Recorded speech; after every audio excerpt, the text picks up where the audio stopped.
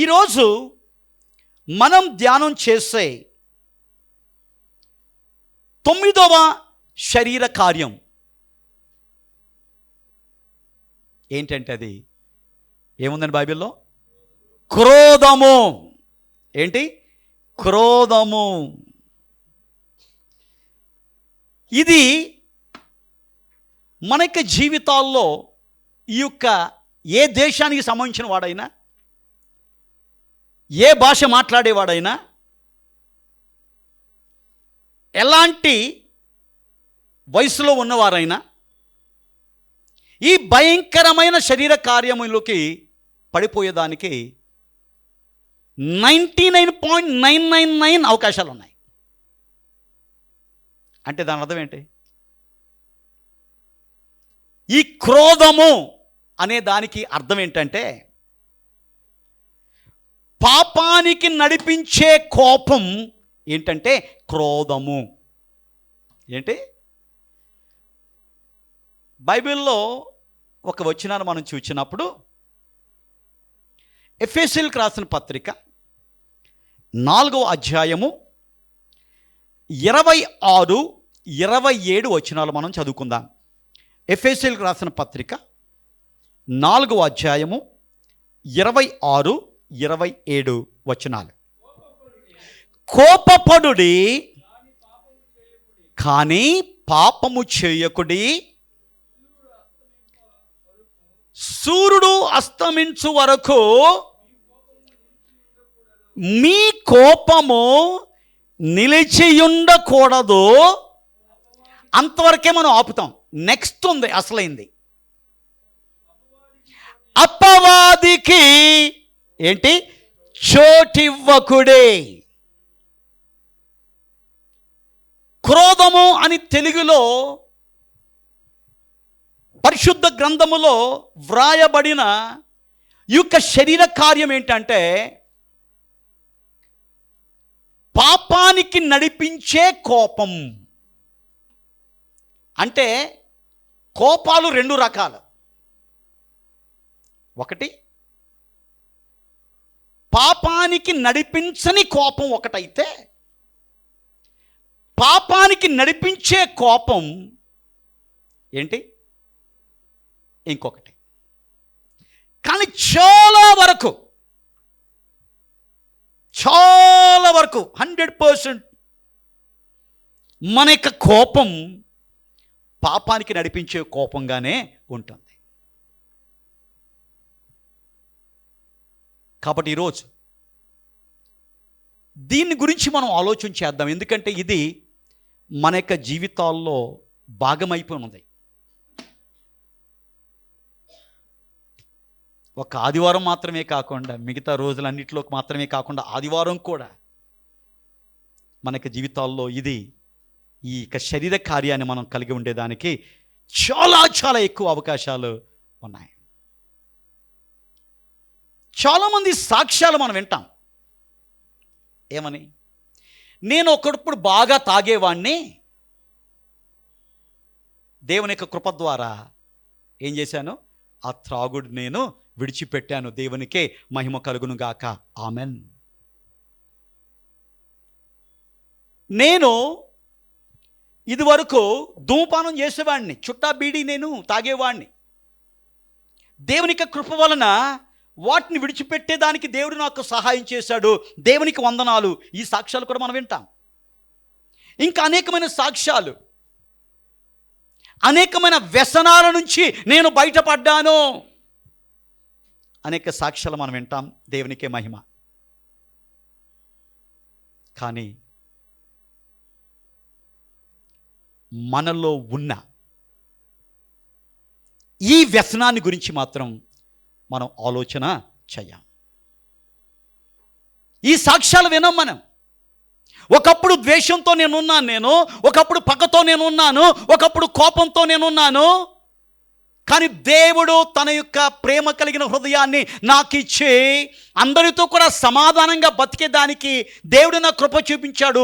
ఆ కోపం అనేది, ఆ క్రోధం అనేది నా యొక్క జీవితంలో నేను తొలగించుకున్నాను అనేక సాక్ష్యాలు మనం వినం. బైబిల్ చెబుతుంది, సులువుగా చిక్కులు పెట్టు పాపములు.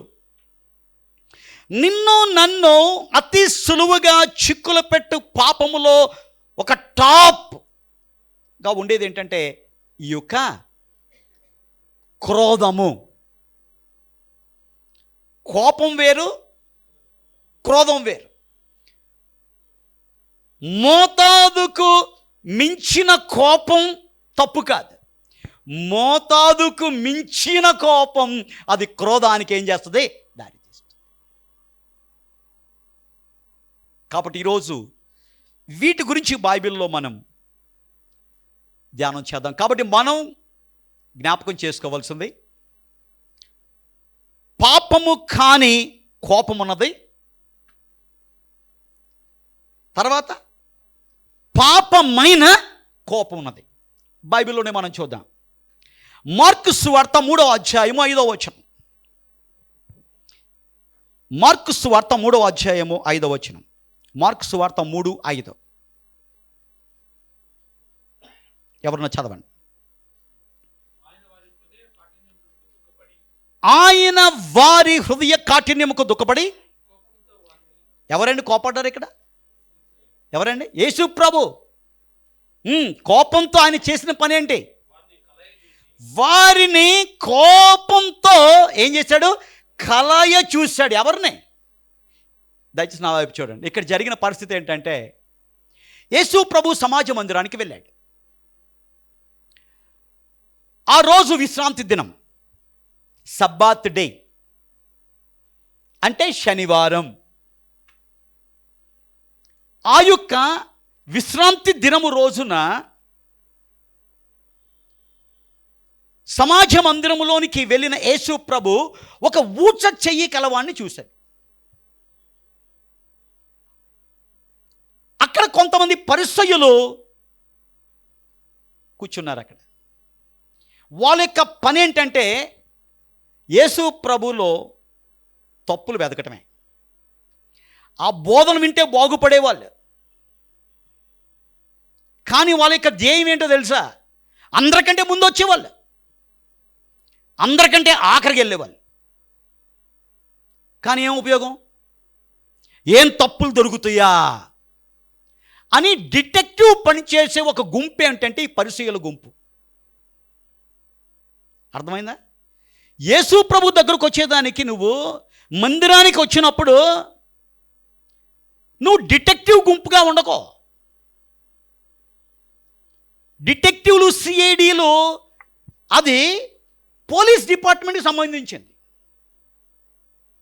ఆ పోలీస్ యొక్క వ్యవస్థ సంఘంలో ఉండకూడదు.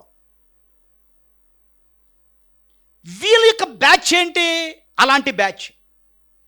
యేసు ప్రభు ఏం చెబితే పట్టుకునేవాళ్ళు. పట్టుకుని ఊరుకుంటారా వీళ్ళు? వాడు వెళ్ళి దురద చెవులాడికి ఇంకొకరి దగ్గరికి వెళ్ళి చెప్పటం, దురద నోరు వాడెళ్ళి ఇంకొకరు చెప్పటం, ఇలాగా ఈ తతంగం అంతా యేసు ప్రభుకి తెలుసు. ఎందుకంటే ఆయన హృదయ రహస్యాలను తెలిసినోడుగా. అందుకని ఆయనను చూసి సున్నం కొట్టిన సమాధులారా అనేవాడు. ఏంటి? సున్నం కొట్టిన సమాధులు ఎలాగుంటాయి? చూసేదానికి చాలా చక్కగా అందంగా కనిపిస్తాయి. లోపల ఏమున్నాయి?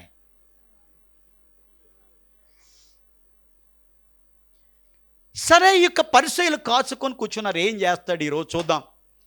ఈ పక్షవాయువు కలవాడిని ఏం చేస్తాడు ఈయన చూద్దాం. స్వస్థపరిచేతే ఒక కామెంటు, స్వస్థపరచకపోతే ఇంకో కామెంట్. స్వస్థపరిస్తే ఏంటి? నువ్వేం చేసావు? మోసే ధర్మశాస్త్రాన్ని నువ్వేం చేసావు? ఉల్లంఘించావు. ఒకవేళ స్వస్థపరచలేదనుకోండి, అప్పుడు ఏమనేవాళ్ళు? నువ్వు దయాన్ని చెబుతున్నావు, నిన్ను వల్లే నీ పొరుగు అని ప్రేమించమంటున్నావు. ఎవరినైనా ఆపదలో ఉన్నప్పుడు ఏం చేయాలి? వాళ్ళకి నువ్వేం చేయాలి? స్వస్థత ఇవ్వాలి కదా. నువ్వేమిటయ్యా అని రెడీగా ఉన్నారు వీళ్ళు. ఎప్పుడైతే ఆ హృదయ కాఠిన్యాన్ని యేసయ్య చూశాడో వెంటనే యేసయ్యకి ఏమొచ్చింది? కోపం వచ్చింది. ఇది ఏ కోపం? ఇది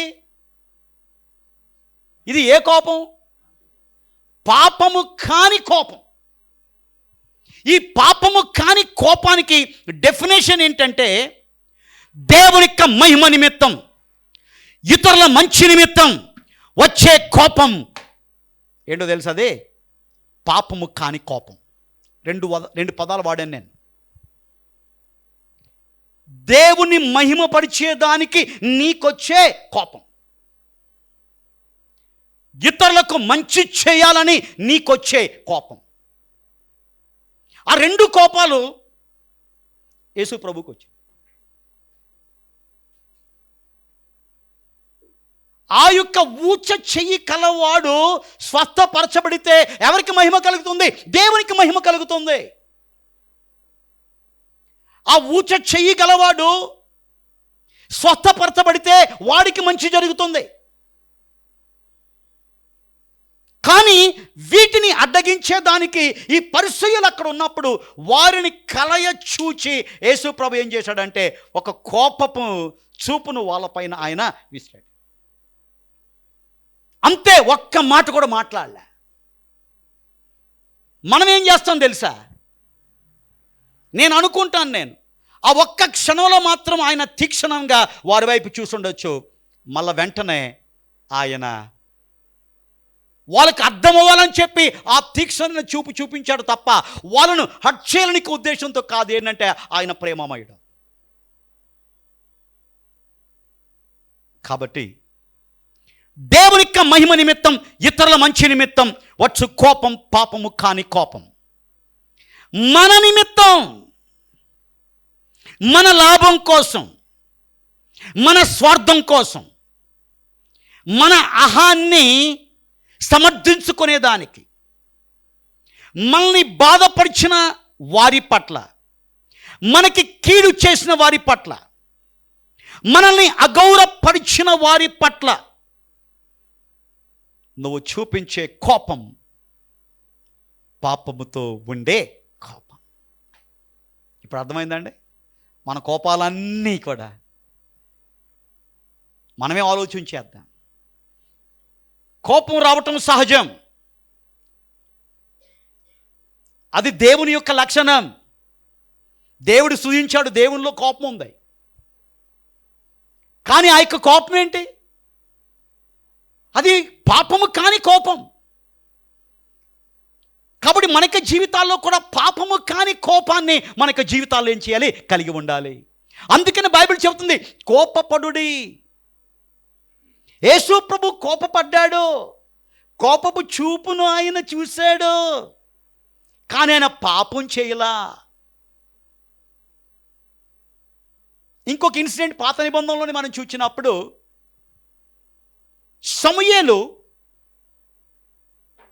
ప్రార్థన ద్వారా జన్మించిన ఒక గొప్ప ప్రవక్త, న్యాయాధిపతి.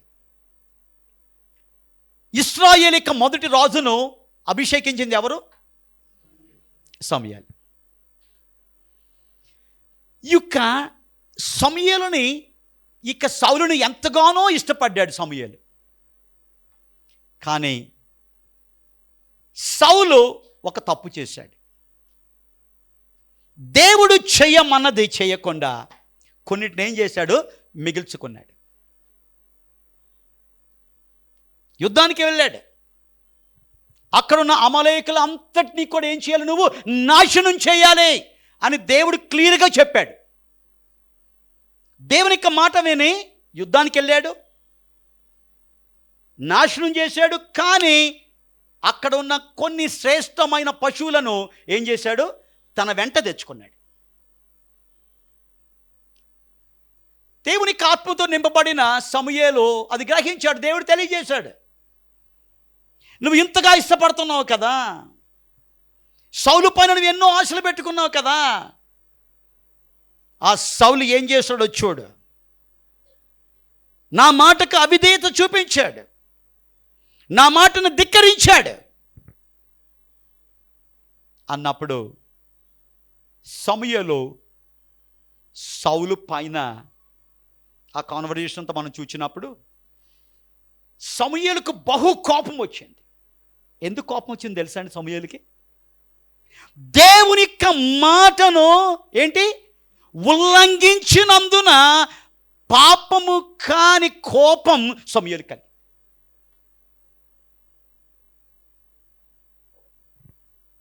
అందుకనే దేవుని యొక్క దాసులు ఒక్కొక్కసారి కోపంతో కొన్ని విషయాలు చెబుతారు.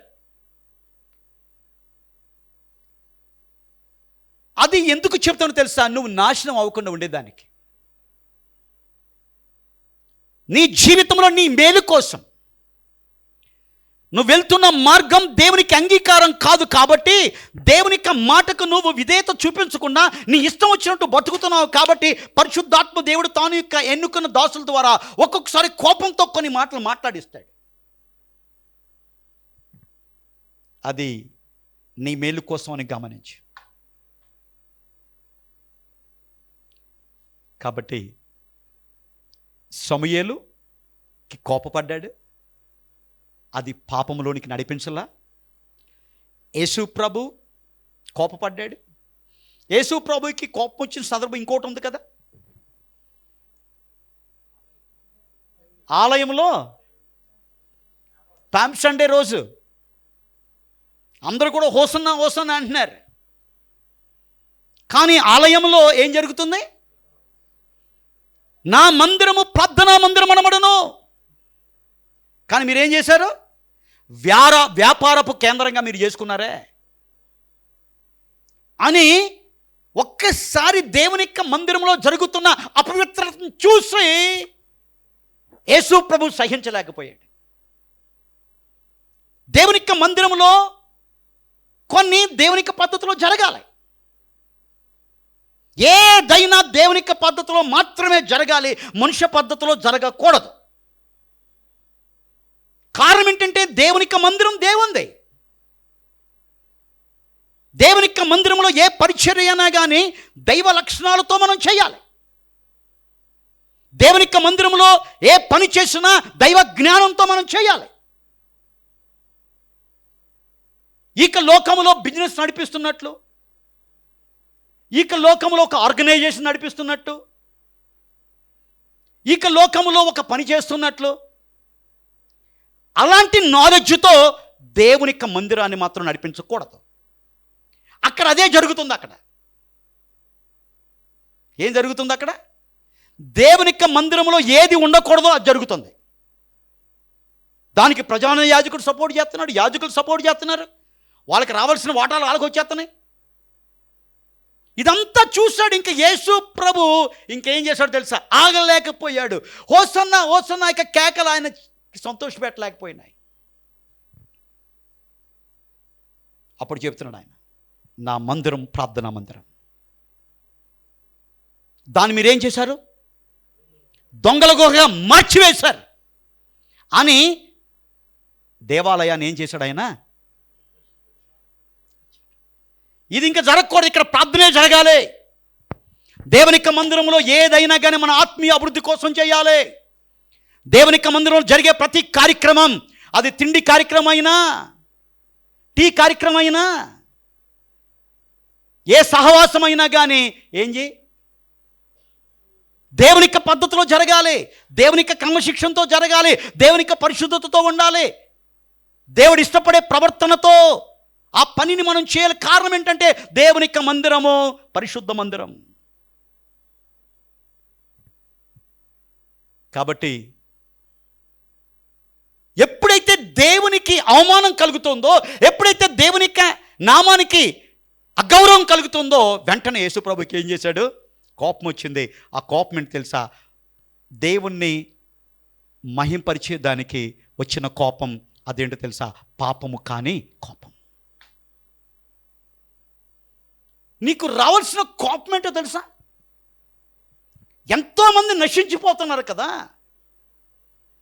ఎంతోమంది నరకానికి వెళ్తున్నారు కదా.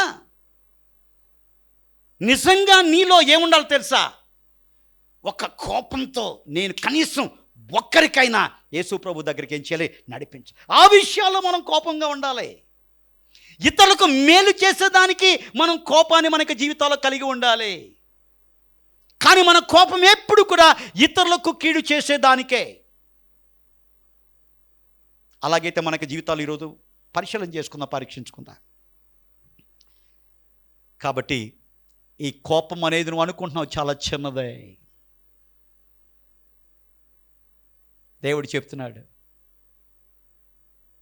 మీరు నా శిష్యులైతే నా లక్షణాలు మీరేం చేస్తారు, కలిగి ఉంటారు. దేవుడు ప్రేమ స్వరూపి. ప్రేమ లేనివాడు దేవునికి సంబంధి కాదు. అందుకని బైబిల్ చెబుతుంది, ప్రేమ కలిగి ఉండుటకు ప్రయాసపడుడి. మీరు ఏది చేసినా ప్రేమతో దాన్ని మీరు చేయండి. ఏది చేసినా. ఇంకా దేవునికి మందిరంలో చేసేటప్పుడు ఇంకెంత ప్రేమతో చేయాలి. కారణం ఏంటంటే దేవుడు తరస్తమిచ్చి సంపాదించిన సంఘంలోని విశ్వాసుల పట్ల ఎంత ప్రేమ కలిగి మనం ఉండాలి.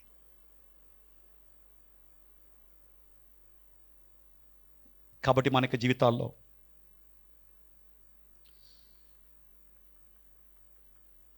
ఈ రోజు నుంచి కోపం నీకు వస్తుంది, కానీ ఒక ప్రశ్న వేసుకో, నీ కోపం ఏ కోవలో ఉంది?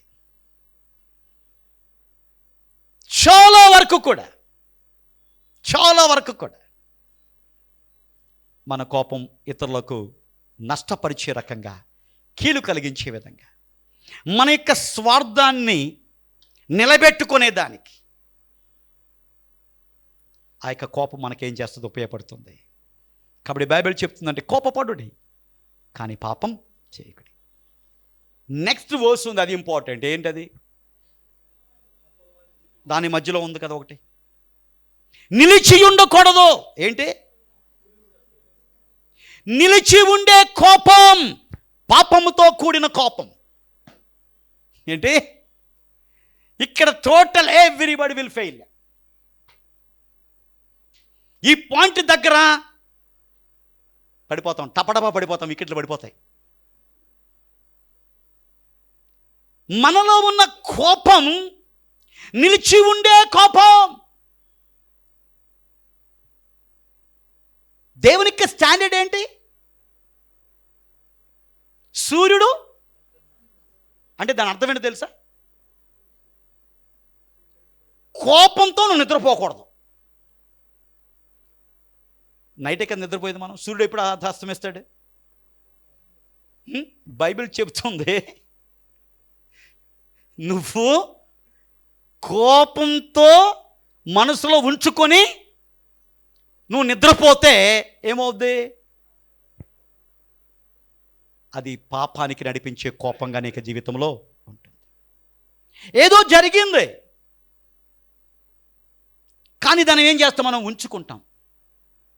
మనం ఉంచుకున్నదే కాకుండా ఇతరులకు కూడా అంటిస్తాం. కారణం ఏంటి? తన చెడ్డ కోతి వనమంతా చెడుద్దంట. సాతాను ఏం చేస్తాడు? మోసం చేస్తాడు,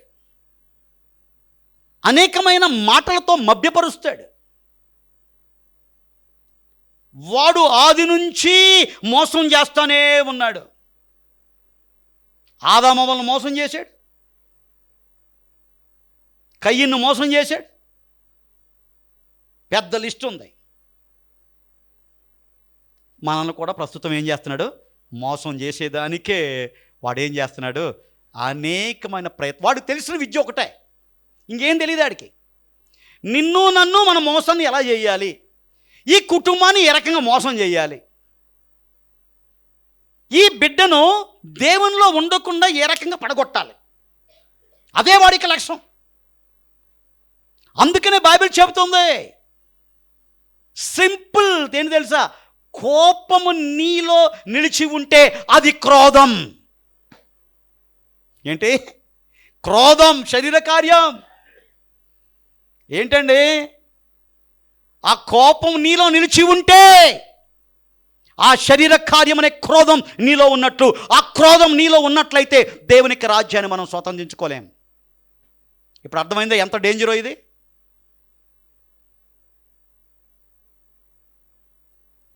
బైబిల్లో ఒక మాట ఉంది, బయటికి వెళ్ళే కాదు లోపల నుంచి వచ్చేయి మనిషిని ఏం చేస్తాయి? ఈ అసూయ ఎక్కడ ఉంటుంది? లోపల నుంచే. ఈ ద్వేషం ఎక్కడి నుంచి వస్తుంది? లోపలే. మత్సరం ఎక్కడి నుంచి వస్తుంది? లోపలే. చూసేదానికి మాత్రం బ్రహ్మాండంగా దేవదూతలాగా ఉంటాం. Praise the Lord brother, praise the Lord sister, praise the Lord, super. అబ్బా, పక్కకెళ్తే చాలు ఏం జరుగుద్దో మనకు తెలుసు. అందుకని ఒక భక్తుడు చెబుతాడు, ఈనాటి క్రైస్తవులు ఎలాగున్నారంటే పైన పటారం లోన లోటారం అంట. ఏంటంటే పైన పటారం లోన లోటారం. పైన మాత్రం ఎలాగుంటారు? సూపర్. ఇంకా బిషప్ రెవరెండ్లే, వాళ్ళకి తక్కువ లేనట్టు ఉంటాం. కానీ లోపల మాత్రం భయంకరమైన. కానీ ప్రాబ్లం ఏంటో తెలుసా? మనుషులు చూడరు, అది చూడలేరు, గమనించలేరు, అది ప్రాబ్లం. కానీ దేవుడు ఏం చేస్తాడు? పై రూపాన్ని ఆయన చూడడు, అంతరంగ రూపాన్ని ఏం చేస్తాడు? లక్ష్య పెడతాడు.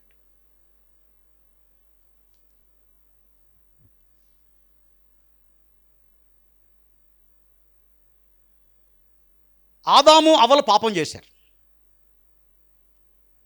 దేవుడి ఆజ్ఞను ఏం చేశారు? అతిక్రమించారు. దేవుడు ఏం చేశాడు? వాళ్ళని ఏదేను తోట నుంచి బయటకి పంపించేశాడు. మీరేం చేయాలి? అంతవరకు చెమటే తెలియదు వాళ్ళకి. ఏదేను తోటలో ఉన్నంత వరకు స్వెట్ అనేది వాళ్ళకి తెలియదు, పని అనేది తెలియదు. ఒకటే తెలుసు, దేవుని యొక్క సహవాసం, అంతే. కష్టం అనేది తెలియదు. ఎప్పుడైతే దేవుని యొక్క మాటకు అవిధేయత చూపించారో, ఆజ్ఞను అతిక్రమించారో, అప్పటి నుంచి ఏమైంది? కష్టాలు స్టార్ట్ అయినాయి, శ్రమ స్టార్ట్ అయింది, ప్రయాస స్టార్ట్ అయింది.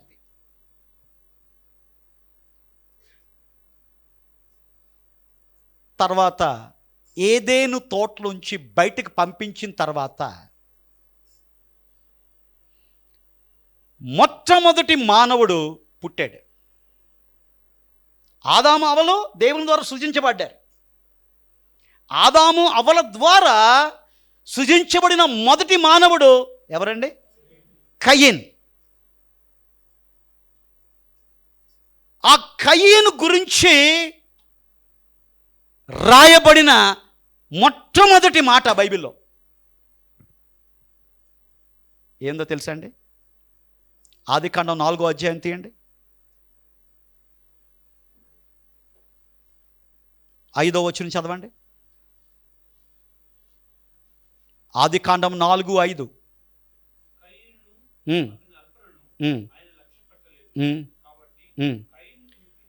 ఏంటండి? కయీనుకు ఏంటి? మిక్కిలి కోపం. ఏంటి మిక్కిలి కోపం? క్రోధం. ఉండవలసిన మోతాదు కంటే మించిన కోపం, పాపములోనికి నడిపించిన కోపం, మిక్కిలి కోపం. ఒక్కొక్కసారి మనకి జీవితాల్లో కూడా అంటూ ఉంటాం కదా, ఒరేయ్ నా కోపం వస్తే నేను మనిషిని కాదురా అంటాం. కరెక్టే. కోపం వస్తే మనిషిగా ప్రవర్తించాం. కోపం వస్తే తల్లి అని చూడడం, తండ్రి అన్న చూడడం, భార్య అని చూడడం, బిడ్డను చూడడం. ఆ కోపంతో వెర్రి వేషాలు వేస్తూ ఉంటాం మనం కదండి.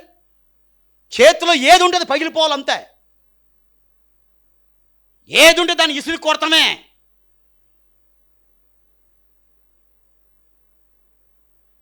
క్రోధం శరీర కార్యం. కాబట్టి మొట్టమొదటి పుట్టిన మానవుడు జ్యేష్ఠుడు, ఒక అద్భుతమైన స్థానములో ఉండవలసిన యొక్క వ్యక్తి ఈ శరీర కార్యం వలన ఏం చేశాడు? అదో గతికి వెళ్ళిపోయాడు. ఏం శరీర కార్యం అది? మిక్కిలి కోపం. మిక్కిలి కోపం ఈక్వల్ టు క్రోధం. తర్వాత దేవుడు పుట్టిన మానవునితో మాట్లాడిన మొదటి మాట ఏం చదవండి? 5వ వచనం చదవండి. 6వ వచనం. యెహోవా కయీనుతో ఏంటంటే ఫస్ట్ దేవుడు కన్వర్జేషన్ ఎవరితో? కయీనుతో.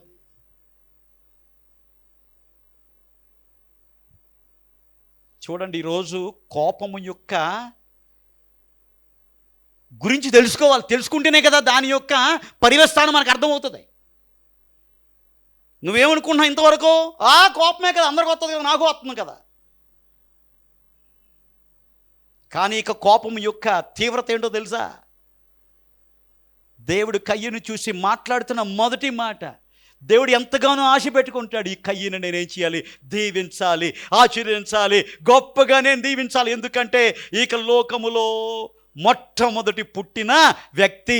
దేవుడు ఎన్నో ఆశలు పెట్టుకున్నాడు.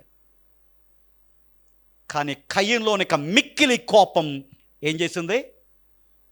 అట్లీస్ట్ దేవుని చూచిన తర్వాత కూడా ఆ కోపాన్ని వదిలిపెట్టాల్సి ఉంటుంది. చూస్తున్నాడు దేవుడు, కయీన్ కయీన్ నీకు కోపమేలా? దేవునికి మందిరానికి వచ్చిన నిన్ను కూడా దేవుడి ప్రశ్న అడుగుతున్నాడు. ఆ కయ్యను స్థానంలో మీ పేరు పెట్టుకోండి, నా పేరు పెట్టుకుంటా. నీకు కోపమేలా? తర్వాత ఏం జరిగిందో తెలుసండి. ఆ కోపం అసూయకు దారితీసింది, ద్వేషానికి దారితీసింది, నరహత్యకు దారితీసింది, రక్తపరాధాన్ని మూట కట్టుకున్నాడు, శాపాన్ని మూట కట్టుకున్నాడు. దీనికి మూల కారణం ఏంటి? క్రోధం. ఇది ఒక్కటి ఉంటే చాలు, మిగతా అన్ని నీకు బోనస్. ఏంటి? మిగతా అన్ని నీకు బోనస్. నువ్వు వద్దనుకుని వచ్చేస్తా నీకు. అందుకని దేవుడు చెప్తున్నాడు, కోపపడుడి. కయ్యని కోపం వచ్చింది, స్వతగా వచ్చింది. ఎందుకు? తన సహోదరునికి అర్పణ దేవుడు అంగీకరించాడు, నా అర్పణ దేవుడు అంగీకరించాడు. స్వభావ సిద్ధంగా కోపం వస్తుంది. కానీ అది దేవునికి మహింపరిచే రకంగా ఉన్నట్లయితే కయ్యను పరిస్థితి వేరే రకంగా ఉండు. తన బతుకును తాను చూసుకున్నట్లయితే పరిస్థితి వేరే రకంగా ఉండను. తన పైన తాను కోపపడితే, అయ్యో నా తమ్ముడి యొక్క అర్పణ దేవుడు అంగీకరించాడు, నా అర్పణ దేవుడు అంగీకరించలేదు, కాబట్టి ప్రాబ్లం నాలో ఉంది, నాదే ప్రాబ్లం, దేవునిది ప్రాబ్లం కాదు, హేబేలుది ప్రాబ్లం కాదు. హేబేలు తెచ్చిన గొర్రె పిల్ల గురించి కాదు, నేను తెచ్చిన ఈ వెజిటబుల్స్ గురించి కాదు. సమస్య ఏంటంటే నేనే అని దేవుడి దగ్గరకు వచ్చినప్పుడు అడిగినప్పుడు ఆ కయ్యను హృదయంలో పశ్చాత్తాపం కనపడితే పరిస్థితి వేరే రకంగా ఉంది. కానీ దేవునికి ఏం కనిపించింది? కోపం కనిపించింది. చాలామంది దేవునికి మందిరానికి వస్తాం, ఆరాధించేదానికి వస్తాం మనం, అవునా? కానీ కోపంతో ఇక్కడ కూర్చుంటాం. అప్పుడు దేవుడు నీతో మాట్లాడుతున్నాడు కదా. దేవునికి మందిరానికి వచ్చేది పశ్చాత్తాపడేదానికి,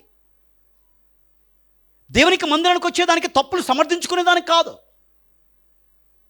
దేవునికి మందిరానికి వచ్చేదానికి ఎందుకంటే ఇతరుల యొక్క తప్పులను ఎత్తి చూపించేదానికి కాదు. నీ బ్రతుకును పరిశీలన చేసుకునేదానికి, నువ్వు పశ్చాత్తాపడేదానికి. ఇలాగున్నట్లయితే మనకి జీవితాలు, ఇక క్రోధం అనేది మనకి జీవితాల్లో లేకుండా మనం ఏం చేస్తాం? జాగ్రత్త పడతాం. తర్వాత ఈరోజు ఒక తీర్మానం తీసుకుందాం. సూర్యుడు అస్తమించే వరకు ఆ కోపం నీలో నిలిచి ఉండకూడదు. అంటే దాని అర్థం ఏంటంటే ఏంటి? కోపం ఉంచుకొని నిద్రపోకూడదు. అంటే కోపం ఉండే వరకు నిద్రపోకుండా ఉంటాను బ్రదర్ అంటావా? మనం పుట్టిందే రెండిటికి, తినేదానికి పడుకునేదానికి, అంతే కదా. మానవిక జీవితంలో ఈ రెండు ఎక్కువ.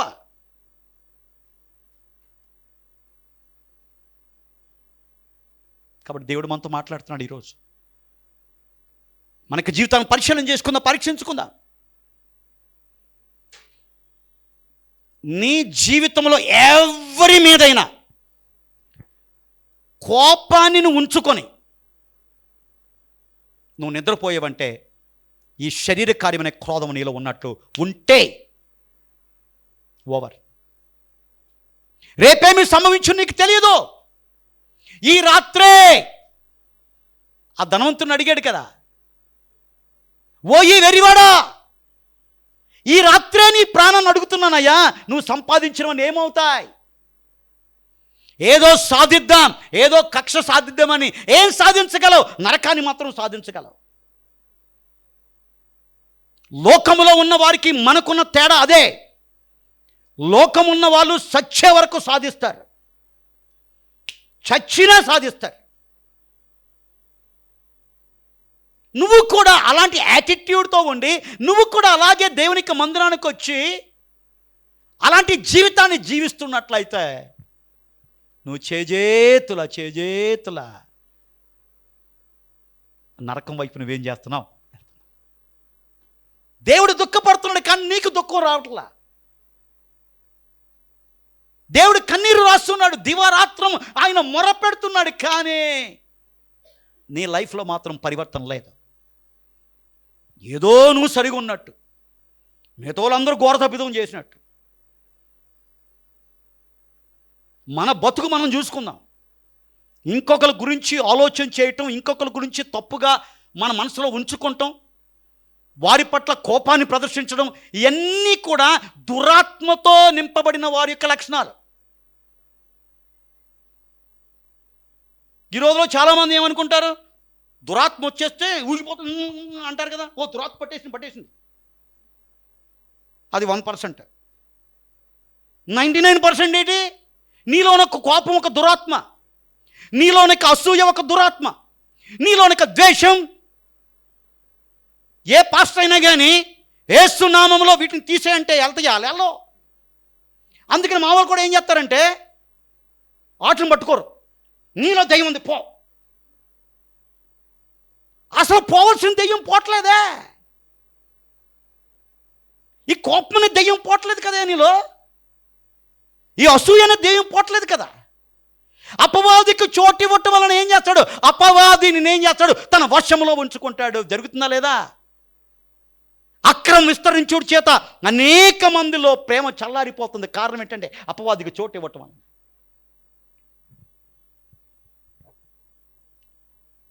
కాబట్టి ఆలోచించేద్దాం. ఇంటికి వెళ్ళి అద్దం చూసుకొని మన ముఖం మీద మనం చూసుకోవాలి. ఇంతవరకు వేడేవాడు కూసాడని చెప్పి నువ్వేం చేస్తున్నావు? Tit for tat. నా టైం చూస్తా, నా తడాక నువ్వేం చూపిస్తావు? చూసి ఏం సాధిస్తావు చెప్పు? ఒకటే సాధించగలవు, పోతావు అక్కడికి. నేను పోతానంటే ఇలాగే కంటిన్యూ చేయి. కోపాన్ని హృదయంలో ఉంచుకో, ద్వేషాన్ని హృదయంలో ఉంచుకో, అసూయను హృదయంలో ఉంచుకో. దేవుడు ఏం చెప్పాడు? నువ్వు ఎంతగా ఇతరులను క్షమిస్తే అంతగా నేను ఏం చేస్తాను? నిన్ను క్షమిస్తాను. పెద్ద నువ్వు లాడువే, మిగతా వాళ్ళు డెవిల్స్. పెద్ద నువ్వు ఊడిపోయావు అక్కడి నుంచి. పరిశుద్ధత నీలో, నీ మాట పరిశుద్ధత, నీ చూపు పరిశుద్ధత, అంతా నువ్వు పరిశుద్ధత. మిగతా వాళ్ళందరూ కూడా ఏంటంటే వేషధారులు. అది నీకున్న బుద్ధిహీనత.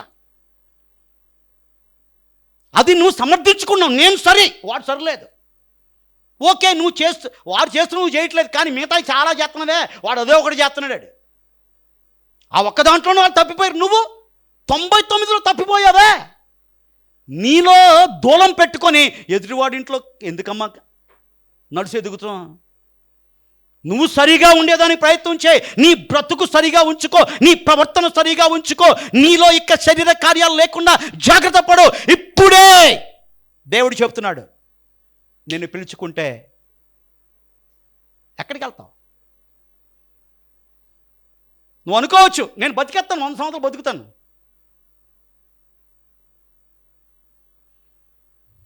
నీటి బుడగ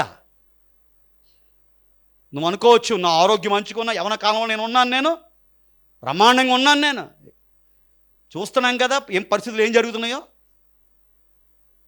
చావుకి టైం లేదండి, చావుకి వయసుతో పని లేదండి,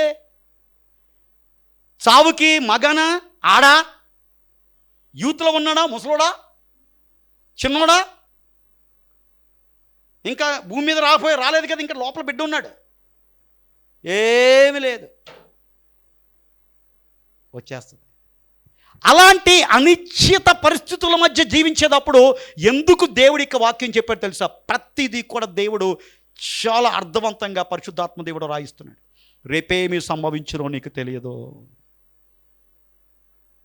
నువ్వు అనుకుంటావు ఈ కక్ష సాధింపులు, పగలు, పంతాలు, పట్టింపులు వీటన్నిటిని కూడగట్టుకొని నెక్స్ట్ తీసుకెళ్తే ఏమవుతావు?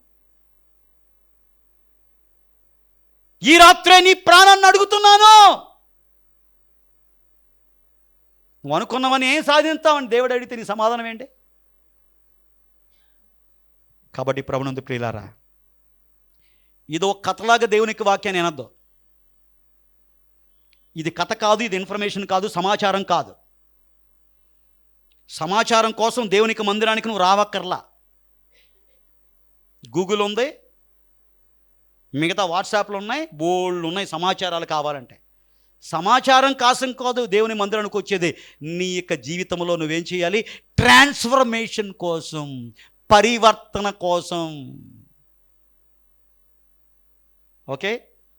సో కాబట్టి పడుకునే ముందు చాలామందికి కొన్ని హ్యాబిట్స్ ఉంటాయి. నిజంగా ఆరోగ్య సూత్రాలు పాటిస్తారు కొంతమంది. పడుకునే ముందు ఏం చేస్తారు? పళ్ళు తోముకుంటారు. కొంతమంది చేస్తారు. ఓకే, మీరు చేస్తాను అడగద్దు, కొంతమంది చేస్తారని చెప్తున్నాను నేను. ఎందుకు చేస్తారు చెప్పండి? బాగా తింటారు, తిన్న తర్వాత నాకు తెలుసు ఇక్కడ ఒక వ్యక్తి ఉన్నాడు, ఆ అబ్బాయి మాత్రం కంపల్సరీ చేస్తాడు. ఓకే, బాగా తిన్న తర్వాత బ్రషింగ్ చేస్తారు. ఎందుకు చేయాలి? పళ్ళలో ఇరుక్కుపోయిన ఆహారపు తునకలో ఏంటి అక్కడే ఉదయం అంతా ఉంటే ఏమైపోద్ది? బ్యాక్టీరియా వచ్చి టూత్ డికే, పళ్ళు ఊడిపోతాయి, పిప్పి పళ్ళు అయిపోతాయి, పుచ్చిపోతాయి. అందుకని డెంటిస్ట్ ఏం చెప్తాడు? నీ పళ్ళు పుచ్చిపోయినరా తర్వాత రోజు నువ్వేం చేయాలి? నిజంగా అండి, దేవుడు చెప్తాడు, చిన్నపిల్లల లాంటిదే పరలోక రాజ్యం. నిజంగా జిజోని చూస్తున్నప్పుడు నాకు ఎంతో సంతోషం. ఎంతగా కాన్సెంట్, ఆడికి ఏం అర్థమవుతుందో నాకు తెలియదు, కానీ నా వైపే తదేకంగా చూస్తాయి. తర్వాత ఇంటికి వెళ్ళిన తర్వాత కూడా ఒకసారి అడుగుతూ ఉంటాం, ఈరోజు ఏం చెప్పానంటే కరెక్ట్గా చెప్తూ ఉంటాడు. ఓకే, కాబట్టి పళ్ళు ఎందుకు తోముకుంటాం? పుచ్చిపోకుండా ఉండేదానికి. డాక్టర్ చెప్తాడు, డెంటిస్ట్, రే ఇన్ని పళ్ళు పోకుండా ఉండాలంటే ఏం చేయాలి? రోజు ఏం చేయాలి? నువ్వు బ్రష్ చేయి. దానికి మాత్రం చేస్తాం. కానీ దేవుడు ఏం చెప్తున్నాడు? రే నువ్వు పొనుకునే ముందు ఏం చేయాలి? కోపం అనేది లేకుండా తోముకోరా, దాన్ని ఉంచుకోవద్దురా, దాన్ని తీసేయరా అంటే అది తీసేస్తే ఎలాగా? నేనేమైపోవాలి? నా పేరు మార్చుకో. నిలిచియున్న కోపం మన జీవితాల్లో పాపం. కయీను కోపాన్ని ఏం చేశాడు? నిలిచి ఉన్నాడు.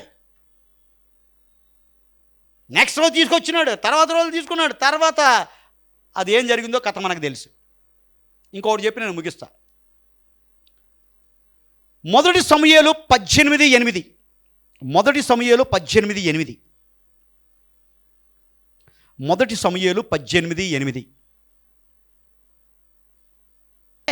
మోతాదు ఎక్కువైంది మనోడికి. ఎవరికి? సౌలుకి ఏంటి? బహుకోపం. ఆ కోపాన్ని ఏం చేశాడు? నిలిచి ఉన్నాడు. తర్వాత ఏం జరిగింది? దురాత్మ పట్టింది. ఏంటి? దురాత్మ వచ్చింది.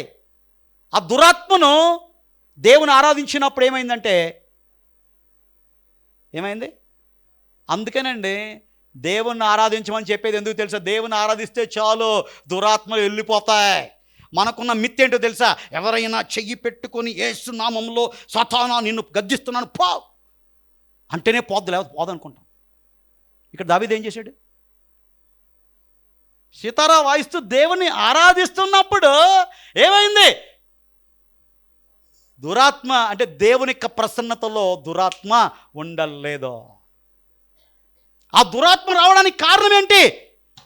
సౌలులోని యొక్క దాచుకొనిన కోపం, ఉంచుకొనిన కోపం. అర్థమైందా? తర్వాత ఏం జరిగింది? ఆ ఈటితో దావీదుని చంపాలనుకున్న ఈటితోనే చచ్చిపోయాడు. అందుకని తెలుగులో ఒక సామెత కూడా ఉంది కదండి, తన కోపమే. బాగా తెలుసు మనకి. ఒకవేళ బైబిల్ మాట ఏనో, అట్లీస్ట్ ఇక లోక మాటం కూడా అది ఎక్కడ బైబిల్ నుంచి వచ్చింది. తన కోపమే, ఇతరులకు కాదు శత్రువు, నీకే. ఆ కోపం వల్ల నువ్వే పోతావు, మిగతా వాళ్ళు పోరు. 3 వచనాలు చెప్పి ముగిస్తా. ఎక్స్ప్లెనేషన్ చేయండి. ఇంటికి వెళ్ళిన తర్వాత చదువుకోండి. మీరు ఇంటికి వెళ్ళిన తర్వాత మీరు ధ్యానం చేయండి. సామెతలు 27:4.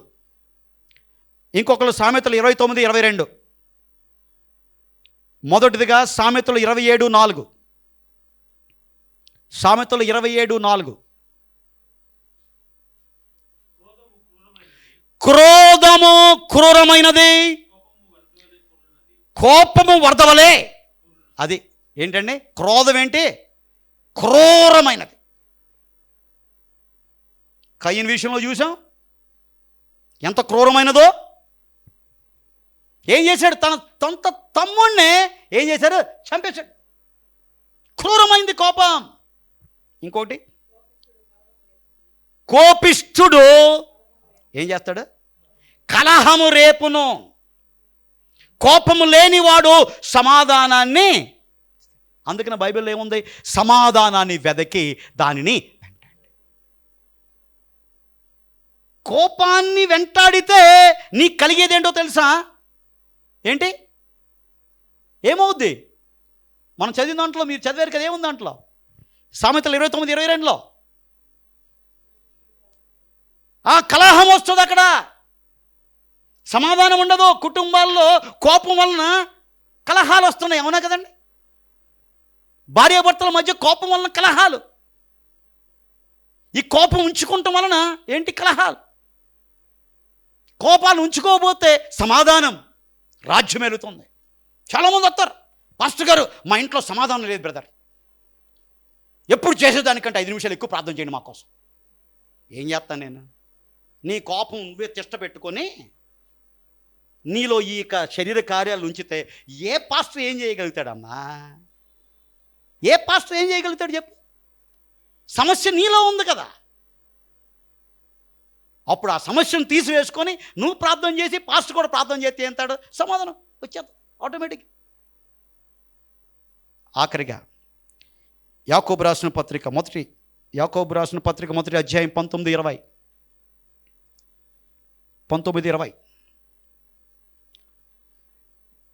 యాకోబు రాసిన పత్రిక మొదటి అధ్యాయం 19:20. నా పైన కోపం మొత్తం ఉంది మీకు, నాకు తెలిసి అర్థమైంది.